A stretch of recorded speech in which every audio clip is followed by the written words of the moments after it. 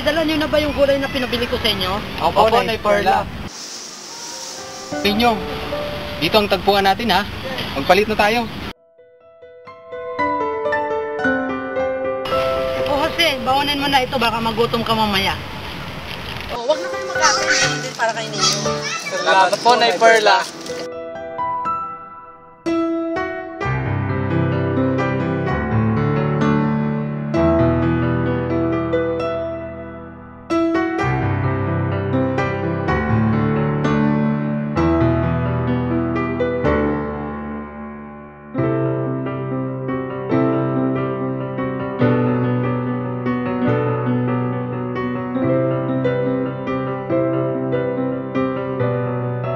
Ninyo, palit na tayo.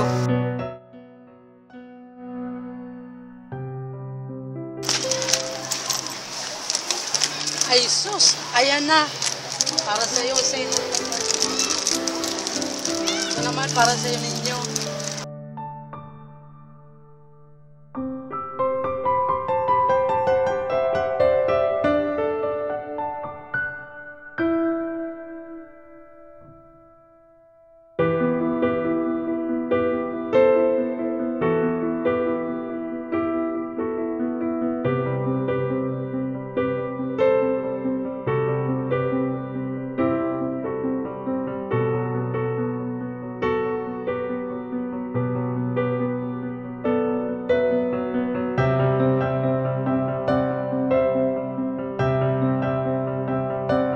Pinilit kong magtinda kahit gabi na para magkapera tayo ngayong Pasko.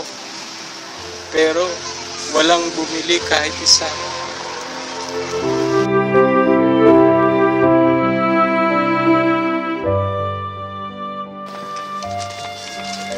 Nay Perla ha? Gawin ka na. Wow, sapatos! Nay Perla, maraming salamat po. O, pumasok na tayo sa loob at dito na kayo mag-travel. Tatay po walang kasama sa bahay. Maghihintay na siya sa loob. Talaga po?